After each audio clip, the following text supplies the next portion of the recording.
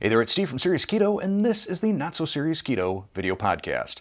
Make sure you stick around to the end because I screwed up this intro multiple times, and I figure I'll just put it at the end as some outtakes. The first thing that I want to cover is I am feeling fantastic. Maybe not 100%, but pretty darn close. So it's been 2 weeks since I've had my prostate surgery. I'm not going to go into TMI territory or anything like that, so don't, start cringing. But it's been 2 weeks since the surgery, which means only one more week till you know what. I can start lifting again. Seems to me there was something else, but I don't remember what it was. My plan is once I get a few more weeks down the road and really can fully assess the impact of the surgery, I will likely do a dedicated video on the whole process, the whole men's health, prostate health, and UroLift surgery sort of wrapped into a package. And like I said, that'll be a standalone video. I don't see myself incorporating that into the podcast. I think, it's going to be interesting to see how much my insurance covered all of this. I hope, and I believe that I have hit the max copay sort of window. I don't know what the max out-of-pocket is, and I suspect I'm going to be finding that out within the next couple of weeks when the invoices show up.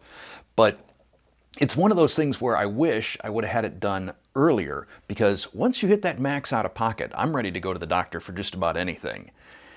And that's very different from when I worked at GE. We had just crummy insurance at GE towards the end there.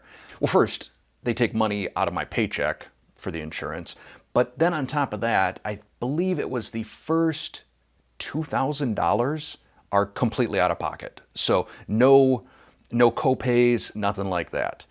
And then after that, it switches to 80-20 until you hit, for me, a family of 4, until you hit $12,000 out of pocket. I mean, this is basically catastrophic insurance. And as a result, towards the end of my career at GE, I more or less quit going to the doctor except for physicals, which is the one thing that is covered. But now I'm on a different insurance plan because I'm self-employed. I'm buying my own. And it seems to me that I've probably hit the deductible, which means had I done this earlier in the year, I would have been ready to do some other sort of surgery, probably a total knee replacement. My left knee is just trash and has been for a long time. I would lower my mic down by my knee and just let you hear what it sounds like when I extend my knee up and down. It's pretty crunchy. I had seen an orthopedic surgeon probably 10 years ago, maybe a little longer ago than that. And he basically said, yeah, your knee is shot and you should try and avoid having a knee replacement though until you get a little bit older, because otherwise you're going to outlive the knee replacement. So he said, if you could make it to say 60 before getting a knee replacement, that would be ideal. I'm not sure I'm going to make it that long. It's starting to really bother me. Things had gotten a lot better, certainly after I lost a bunch of weight, and I think with keto and getting rid of the inflammation, my knees felt just 1,000% better. But it's a little crunchy and it's getting a little bit sore. So that could be surgery for me next year. But I think that's it for the Steve Health Update segment of this podcast. Last week I had outlined my planned video release schedule for the rest of the year, and one of the problems with being a full-time YouTube content creator is I never really know what day it is. It's weird, for a number of reasons, because there's no such thing as a weekend for me. I'm pretty much on 7 days a week. I'm doing something. I'm doing experiments in the kitchen, or I'm filming, or I'm brainstorming, or just something every single day. And also, I record videos sometimes well in advance, a few days, a week, 2 weeks in advance. So sometimes I'm thinking about the release date of a video as I'm recording it. So this will be released on a Monday, even though I recorded it last Friday. In my mind now, it's just become Monday, if that makes any sense. If it doesn't, at least it gives you some insight into why my brain is all messed up. But an offshoot of this is I forgot that we're bumping up against Christmas and New Year's here. And the next 2 Fridays, which are normally my video release dates, are Christmas Eve and New Year's Eve, respectively. Respectively, yeah.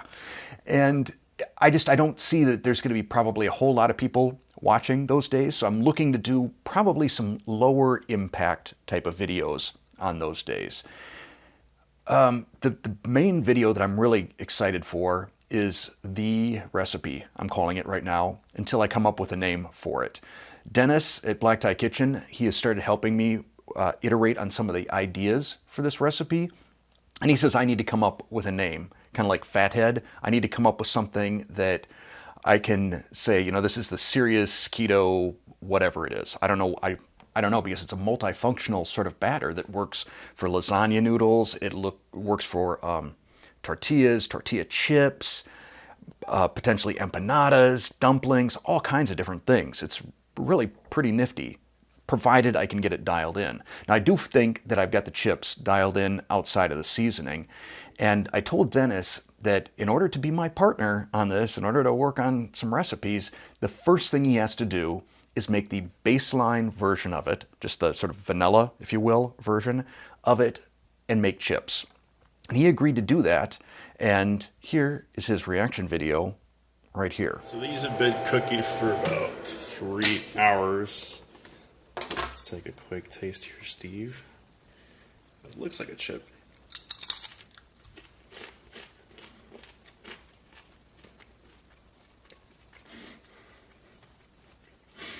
That's really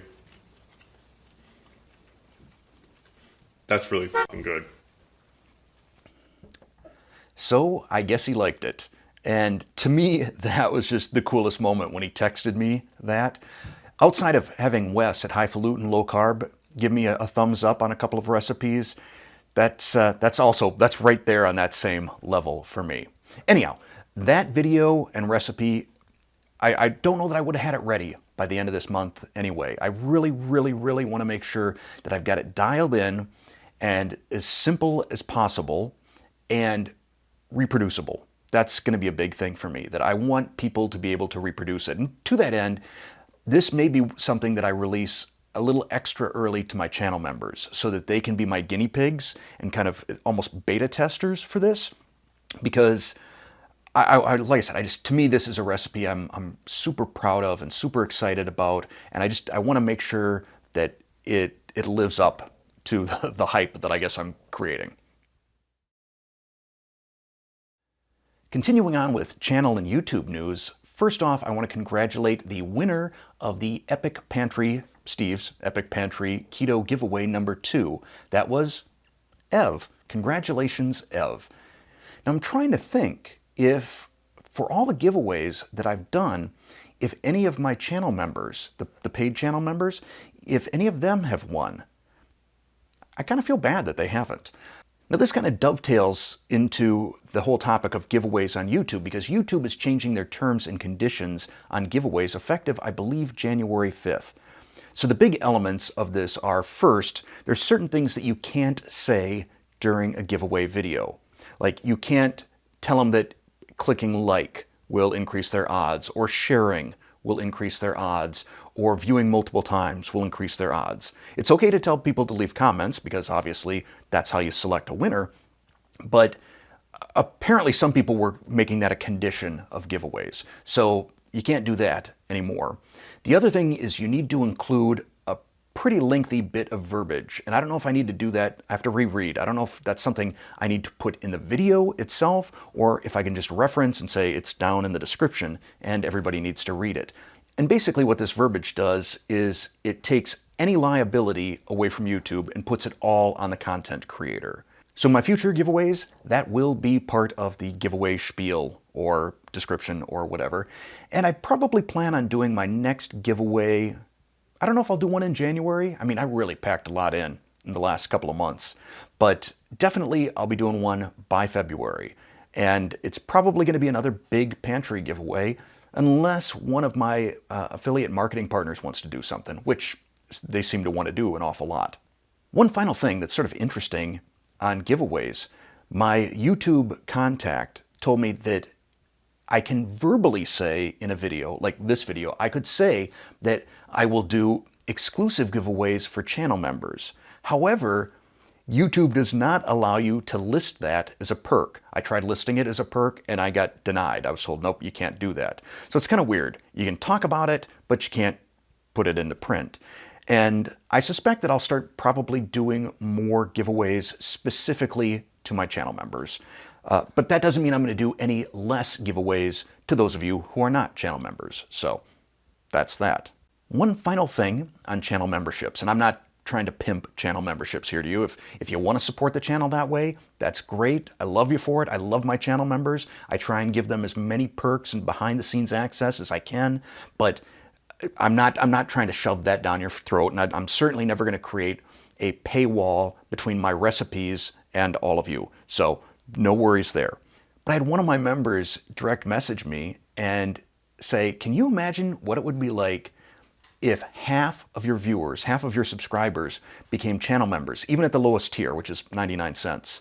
It's, I think 59 cents is what I get. YouTube takes 40 cents out of that. But I couldn't even fathom something like that. I couldn't fathom if 10% of my viewers decided to become tier 1 channel members. It would be super cool. But anyhow, it's fun to dream. And that is all I have to say about channel members and channel memberships right now. Final channel update. If you are watching this on Monday, that would be December 20th, I'm actually going to be doing a video interview. I'll be recording it. I don't know when I'll publish it, but a video interview with Scott Guerin, Chef Scott Guerin of Modernist Pantry. So I know some of you have watched the videos over there, We Transform Food, the videos that he does with Janie Wang. Anyhow, he and I are pretty excited about having a conversation with one another. And I hope that it's as cool as I'm imagining it's going to be, because I think for those of you that are interested in how the brains work on chefs or cooks or recipe developers, I think we're going to get into that quite a bit. So that's going to be fun. I don't know if that'll release yet this year, like next week, or if I'm going to wait till January for that. We'll see. But that's coming. And I think that puts a bow on channel updates. I got a very interesting and sort of thought-provoking comment from one of my viewers, Deanna, that I'm going to read to you right now. Her comment reads as follows. The number of major keto channels announcing that they are quitting keto in the past few months has been both extraordinary and unnerving, ignoring those who quit in 2020. Many followers in the community are feeling a range of emotions, and it has left those of us loyal subscribers wondering, oh gosh, who's next? In case you're not aware, Jess from Keto Rewind, Misty from Simply Misty, Joe from The Diet Chef, Sahil from Headbanger's Kitchen, Janelle from Janelle Roner, Kayla from Kayla Nelson, have all quit keto in one way or another, plus Fan from Heavenly Fan has sadly disappeared with no explanation. This is something I've noticed too. The Fan thing, she hasn't posted a video in 4 months.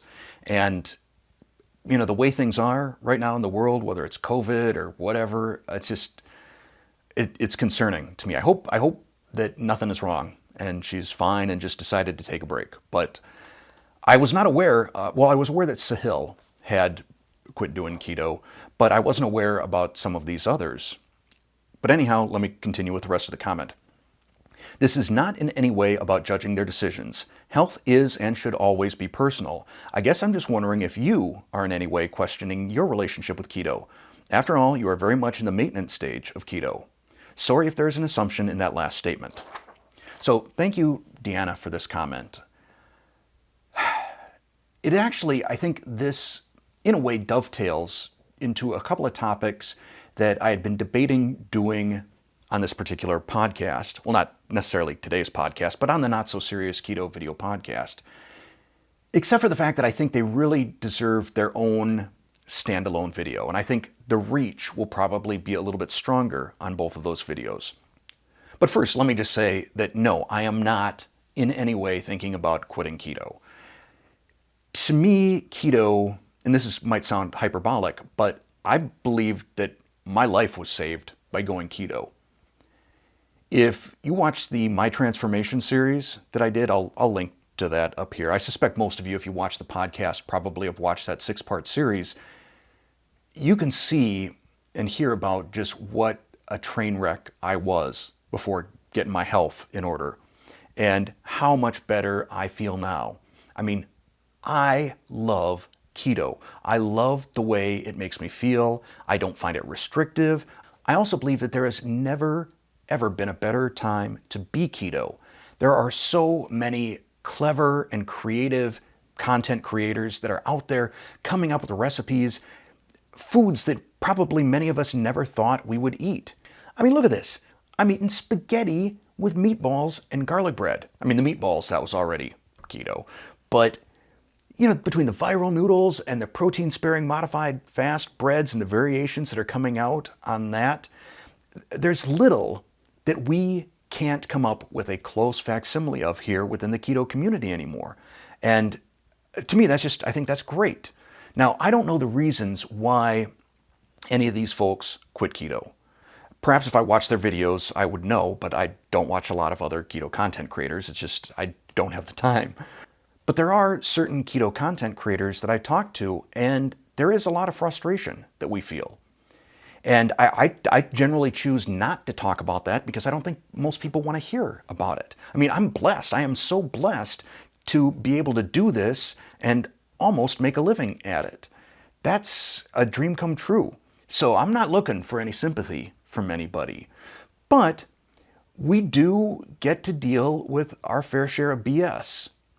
And it's frustrating. It's frustrating, I know, when you're working really hard on a recipe that you think is just fantastic, and you put out a video and hardly anybody watches it, or not nearly the number of people that you expect are going to watch it. And meanwhile, there's these TikTok videos where people are throwing pickles and some cheddar cheese in a muffin tray and calling that the world's best keto snack, and that's getting 1 million views. So yeah, that's a little bit frustrating from time to time, but it is what it is. We also get to deal with the ingredient police and the keto police and standard American diet advocates and vegans and the people that just think that keto is the most awful, horrible thing in the world. We get to deal with that. And I suspect that at least one of these other content creators maybe got tired of that. I know that there's some vegan folks that were probably coming after her pretty hard and are probably doing the happy dance now that she announced that she's quit keto. But as I said earlier, this kind of dovetails into a deeper topic that I want to discuss about ingredient police and keto police. And I feel that those sort of folks are probably a very small portion of the viewers or listeners to the Not So Serious Keto video podcast. So I want to do them as a standalone. I think they'll get more attention that way. And they're not mean videos. It's not me attacking ingredient police or attacking keto police, but trying to put a little bit more context around that behavior and why I personally feel it does nobody any good, or very few people any good. It's sort of just a self-righteousness that I think if people were a little bit more introspective could avoid and maybe get their message across more clearly. So I think that's the best way I can describe it in sort of a somewhat coy, beat around the bush type of way for this video. But look for those in the new year. I also plan on doing some videos in the new year on sort of top 5 lists. It seems like those are sort of a popular thing, and you can put those out and a lot of people watch it and it's not clickbaity. So I'll probably come back to some of you and ask what are some good topics that I can do top 5s on. Definitely, I'm going to do like top 5 keto myths, top 5 keto mistakes, top 5 tips for people that are just starting keto. I've written down a few others. I don't remember them all, but they're all, personal opinion. And I think most of you would probably agree with them. You may change the order a little bit, or you may just disagree. But I think it will be a source of videos or a series of videos that incites some good conversation within the community and hopefully productive and positive communication and not attacking one another or me, although I'd rather you attack me than one another. I don't know if that's true. We'll see. But I think that is going to be it for the rest of this podcast. We're winding down the year. Getting exciting. Courtney's going to be home this week. So good times. And I hope you have some good times too with your family. Thanks for watching or listening. Hey there, it's Steve from Serious Keto. It's time to grab your favorite breakfast Hey there, it's Steve from Serious Keto. It's time to grab your favorite Hey there, it's Steve from Serious Keto. Time to grab your favorite breakfast beverage. I am having a hell of a time saying that. You know what? I'm just going to skip that intro. Hey there, it's Steve from Serious Keto, and this is the Not So Serious Keto video podcast. Ah, hot.